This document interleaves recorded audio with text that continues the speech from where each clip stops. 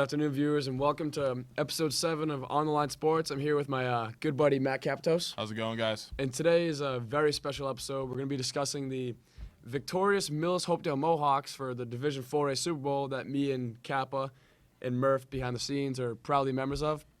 And we're going to give you a little bit story behind the scenes of what really went into the season and how we pulled out the victory.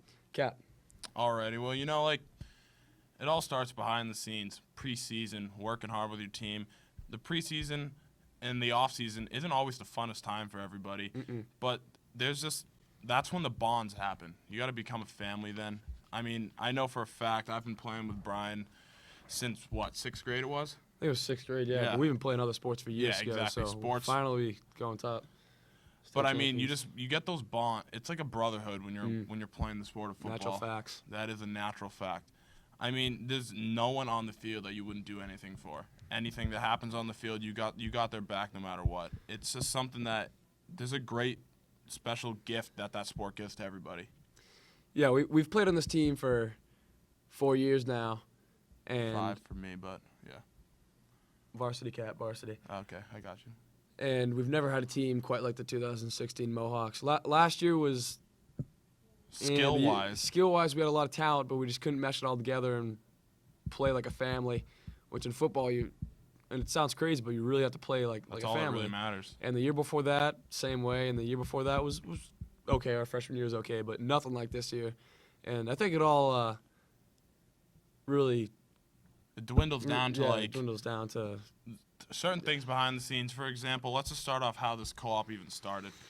Dennis Breen, a Millis alum himself, a former principal, former superintendent here, an absolute great man. That man was the one who wanted to get football into the town of Hopedale. His thought when he was wanting to think that was, let's try to get like a close town to us and have a co-op with them. Millis at the time, 2008, they were struggling with numbers. They couldn't even field a football team. That's the reason why they asked us to start a co-op with them. Coach Olmstead, our varsity coach our freshman year until he went to Nichols and Dana Olson took over, he told Chuck Grant, I guess, and it was said in an interview that pack it all up, we're not going to be able to have a team next year. Yeah. So it's amazing how far this whole organization has come.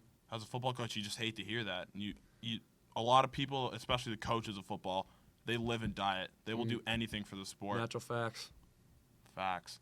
And when you hear something like that, when a small town like Millis is struggling, when they've had such a great football history, winning 3 Super Bowls before this one this year, they just need to – it was a time where football was very iffy and, they weren't having the greatest seasons. Success wasn't always there.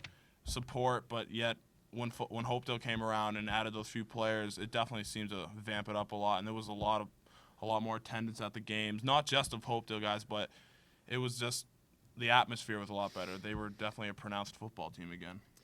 Yeah, and to kind of top off what Matt's saying about the Millis Hopedale bond, this year one of the freshman coaches, his father Donald Kraby, had lung cancer, and he passed away early in late in November. So we dedicated this season and championship to him, and we already had a tight-knit group, but that really brought us even closer. We attended the wake as a team, and we're really proud to be in the presence of the Kraby family. Yeah. And on the Super Bowl rings, we actually dedicate to the Kraby family and Pops himself. So that really inspired our team. I know it inspired me. It inspired all the guys on the defense and just every single person on the team, organization, and all the fans too. When you have someone to go out there and play the game for, it gives you that extra edge. And he's looking down at us now. I'm sure he's smiling about the championship and all the hard work we put in.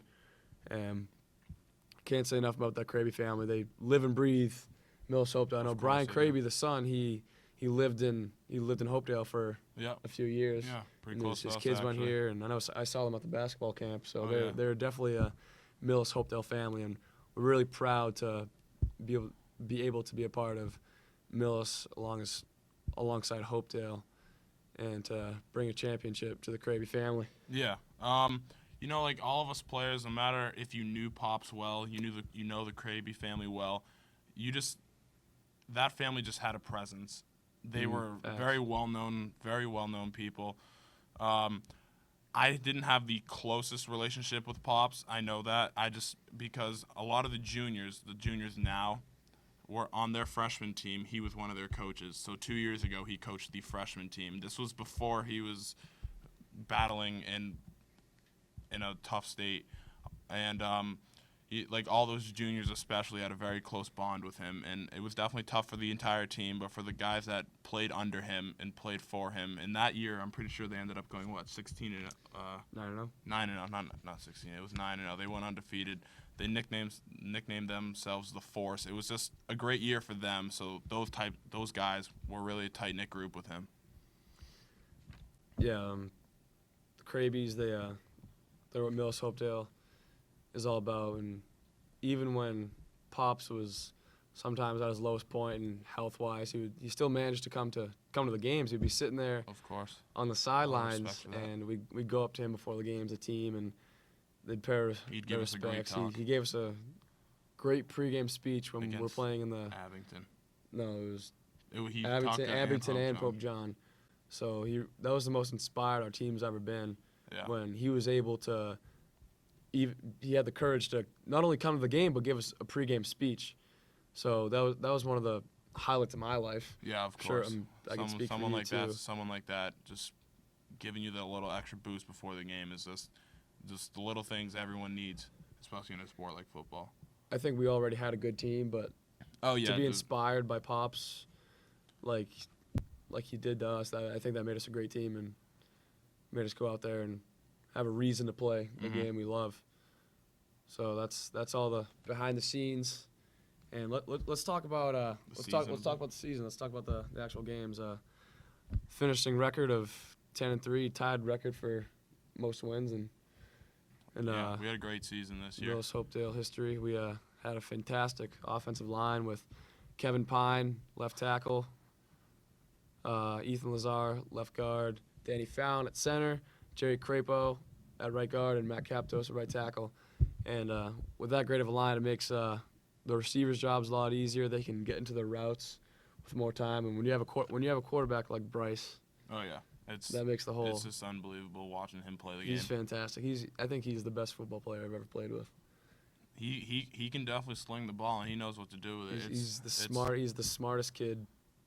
And his composure during the game, I mean, I wouldn't really have any idea, but from what I hear from people, his composure in the pocket, his composure just knowing what to do is just, like, unprecedented. It's very, very rare for a junior in high school. And he's only a junior. He's going to be back next year, too, and all the receivers are going to be back.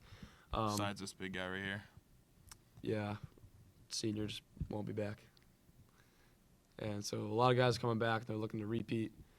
And Millis is really proud that they have such a living legacy good team in that town. They have such a good team that takes pride in their sports. And me being from Hopedale, I'm really proud to be Millis Mohawk. Oh, of course. I think that's all for today. I think we covered a lot of it. Oh, it's one more thing. Shout out to Jim Splain. Oh, of course, that man. So we sat our starters on Thanksgiving, but it's okay. Thanks, guys.